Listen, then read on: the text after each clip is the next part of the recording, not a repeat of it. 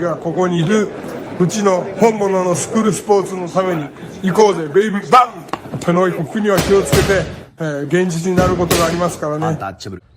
Alright, so we're going to go ahead and continue the long-standing tradition of covering Japanese boxing here on True School Sports. True School Sports, the #1 home for Japanese boxing in America. From an American, arigato gozaimasu. Thank you to everybody tuning in. And ayete okata. Nice to see all the viewers tuning in again all over the world. Now listen, man, you guys can see, you see this neighborhood?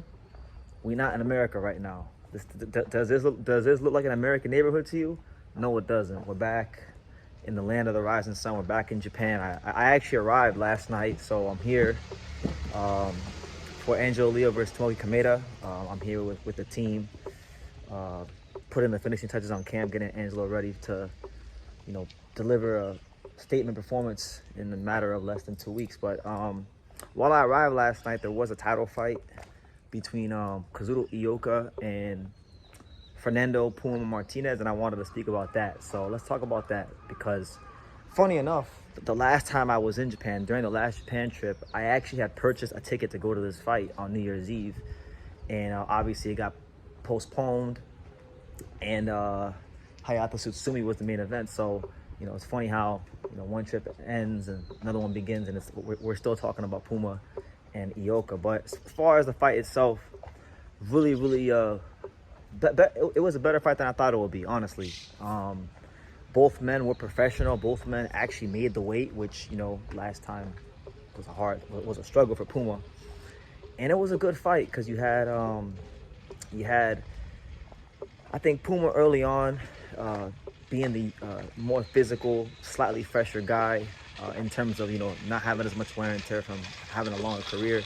He was able to use his physicality and really push Ioka back, and he has a very good style where he shifts and he just gets right into your chest, and he maintains a very good work rate, very steady work rate. But then as we got into the latter rounds, that's why I think maybe some of the weight problems that Ioka is having caught up to him, because he started to get a little sluggish, and Kazuto Ioka had a lot of success pushing him back.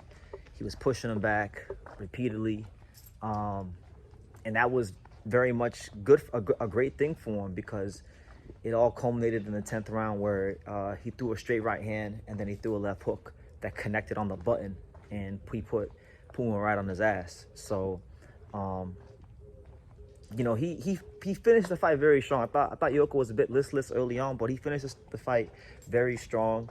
Puma got up off the canvas, and he was able to hold off Kazuto Ioka, and he gets the decision. He got the decision in Japan, and very, very spirited fight, and he retains his title. So good for him, man. And for Ioka, he's long in the tooth now. He's 36. I don't know if that's gonna be the last time he fights at this level. But if it is, then congrats to him in advance on an amazing career, because he's been one of the true ambassadors for boxing in Japan and just boxing in general. So, yeah, really good performance from him. It was a better performance than I thought I was going to get from him when the fight was originally scheduled, because I just thought he wasn't going to be able to push Puma Martinez back, because that was a big problem in the first fight. He couldn't push him back, but in this fight he was able to do that, and not just push him back, but put him on his ass. So it's a loss, but not all losses are bad. That was a very good performance from him.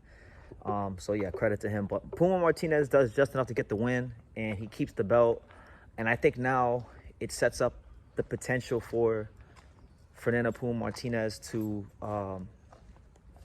challenge the winner of the July 19th fight between Jesse Bam Rodriguez and Fumulele Kafu, because that's going to be a fight, coming up soon. And if he fights the winner of that fight anytime in the near future, we're going to get a rare 3-belt unification fight at super flyweight. So I'm really intrigued to see if whoever comes out of that fight, if the powers that be actually do a 3-belt unification fight at super flyweight, because sanctioning fees are not a joke, and a lot of the times we don't get undisputed in this weight class because it's just the dollars don't make sense, and boxing is definitely a business. So we'll see what happens. You do have the two Mexicans fighting, Rene Calixto, and the other guy whose name I can't remember right now. But the vacant title between the two fighters fighting for the IBF, you have that as well. So that could be a option for Puma too. But a very much needed win. I'm not sure how much longer he'll be a super flyweight because, you know, he did make weight for this fight, but he faded towards the end of this fight, and I think that a lot of it was because of the struggles to make the weight. So he may need to consider in the near future moving up to bantamweight, because if not, you're going to run the risk of getting chinned and knocked out. But listen, very good performance, very spirited fight from both men. I don't think either guy really has anything to be ashamed of. But Puma Martinez showed that he has the heart of the champion, and he knows how to win, and he gets the job done against Ioka again. So you look at his last couple of fights, you know, he's beaten Jerwin and Cajas 2 times. He's beaten Ioka 2 times. Credit to him, you know. This is a guy in Puma Martinez, like a lot of Argentinian fighters who don't have the pick of the litter, don't have the luck of the draw of having a bunch of money pumped behind them to be superstars. So if they make anything of their careers, it was just off the muscle. It was off of hard work, determination, and making the most of their big moments count, you know.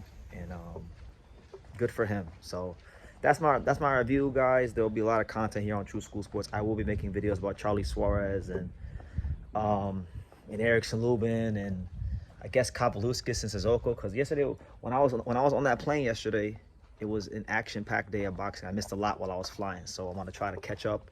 Also, stay tuned for exclusive content from Team Leo and Angelo Leo heading into the Kameda fight. And yeah, you guys can see it in Japan for the 3rd time in 2 years and the 2nd time in 6 months. Ain't that something? So we're living our dreams here on True School Sports, and hopefully it inspires people to go chase theirs, no matter what the circumstances say, no matter what life throws at you, no matter how bad things may feel. Just go after it, man. So yeah, on that note, you guys take care, and see you on the next video. Thank you for watching another video on the untouchable True School Sports empire. I'm in the fight capital of the world, Las Vegas, Nevada, and we got a monster in town. For more great boxing content from America to Japan and everywhere else in between, make sure you guys subscribe, stay tuned, and keep it locked.